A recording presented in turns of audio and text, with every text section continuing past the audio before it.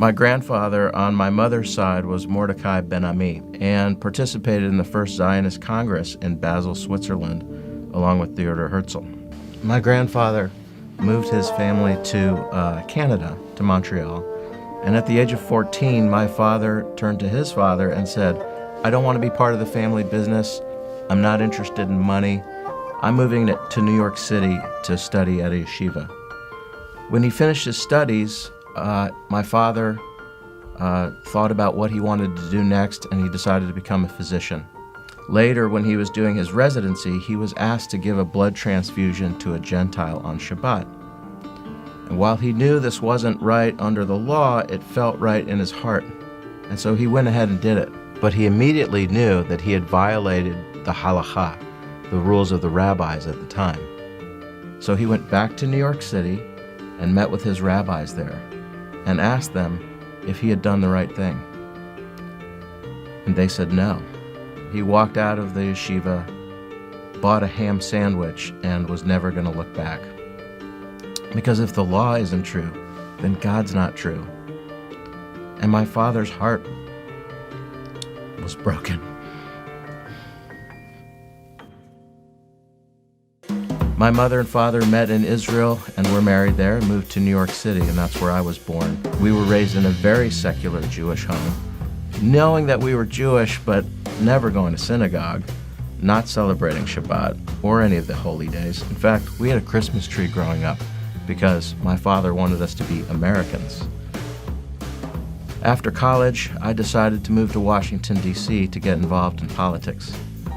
And I was hired on the staff of a freshman senator that no one had ever heard of named John McCain.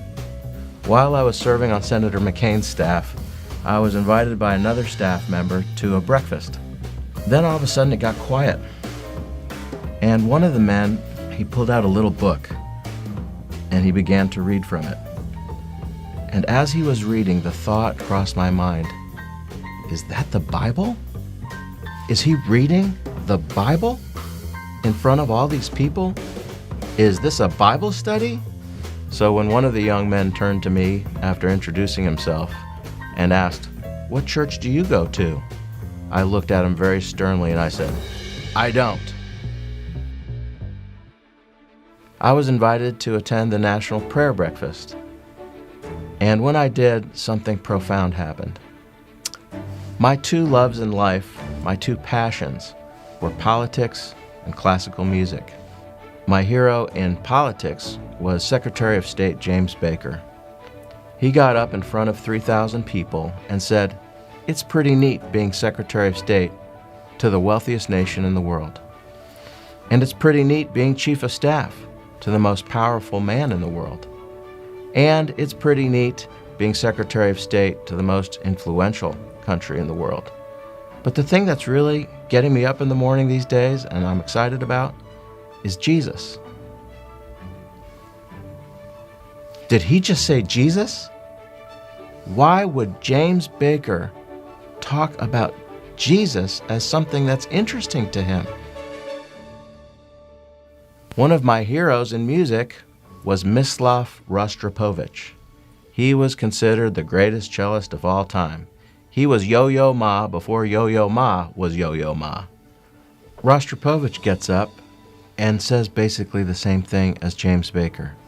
It's pretty neat being the most famous cellist in the world, but the thing that really is interesting to me right now is Jesus. I thought, him too? Rostropovich? Maybe he's even Jewish. Why would he be talking about Jesus? Over time, I became convinced of one thing. This Jesus question was not going away. I decided the best thing to do would be to jump into it right now. So I thought a good place to start would be in the Bible. And I began on my own to start reading through the Bible for the first time ever in my life. I started in Genesis, and I read a chapter every day. I made it all the way through the Tanakh, and then I came to the book of Matthew. And I read through the genealogy of Matthew, and then I got to the Sermon on the Mount. And that's when it all came crashing in. That's our Messiah. That's my Messiah. I don't know what all these Christians are doing following him, but that's my Messiah. The enemy clearly doesn't want Jews to know who their own Messiah is, and so he overwhelms us with thoughts of betrayal and turning your back on people who were killed in the Holocaust or killed during the Spanish Inquisition, and I felt overwhelmed with these thoughts and fears as well. My great uncle had passed away by then, but his eldest son, Moshe, pulled me aside and wanted to speak with me privately. He said, "John, when we met your wife, we knew immediately that she was a very deep spiritual person. She was familiar with the scriptures. There was just something about her that we knew was good. But there's one thing we can't understand. You've been married for 7 years. Why has she not converted to Judaism?" Because for him, that's the only way to be in a right relationship with God. And I said, "Moshe, there is a reason why she hasn't converted to Judaism. My father knows what it is. He's a little bit embarrassed about it. But if you really want to know, I'll tell you why she hasn't converted." He said, "Please tell me." I said, "Moshe, my wife and I believe that Messiah has actually been here once already. And a famous rabbi who came to that same conclusion once said, if you believe in the blood of this Messiah, then you automatically become in a right relationship with the God of Abraham, Isaac, and Jacob. And so there was no need to convert. She's already in a right relationship with the God of Abraham, Isaac, and Jacob." I didn't know how he would respond. Was he going to turn the table over, or tear his clothes, or shout at me and say, "Get out of here, and don't ever come back"?